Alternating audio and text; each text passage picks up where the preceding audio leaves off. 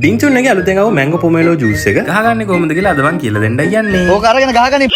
මේකට නම් ඇටේ ඕනේ නැති ඉඳ ඇටෙත් එක්කම පලා ගන්න එපා. හරි හරි. මගේ තියෙන තක්කඩි ගමට මේක මං අතේ තියන් කැපුවට ඔයාලා මේක ලෑල්ලක දාලා කපන්න හරිද? අඹේක් කපලා ඉවරනාට පස්සේ නිව්ටෙලා බෝතල් දෙක වතුර දාලා මාළු විතර ග්‍රෑම් 100ක් නටව ගන්න ඕන මෙන්න මේ පදමට එනකම්. ඊට පස්සේ මාළුවගේ ඇට ටික අරගෙන වතුර දාලා හොද ගන්න ඕනේ ඒකේ තියෙන සෙවල ගතිය යනකම්. What was that? මේක එකක් මැංගෝ ජෙලි අනිත් එක රඹුටන් ජෙලි. රඹුටන් ජෙලියේ පාට නිකන් Let's move on. Before I get myself in trouble.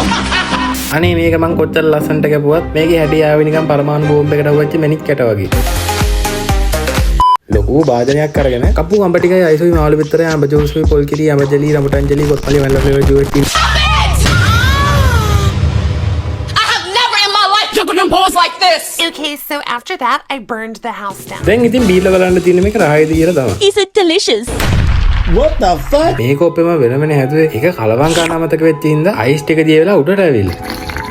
මේකේ රහනම් බින්චුන් එකේ අරපු මැංගෝ පොමෙලෝ එකට ගොඩක් සමානයි. අයිස් ක්‍රීම් උත් දැම්ම නම් ඒකම කියන්න තිබ්බා. Please come here.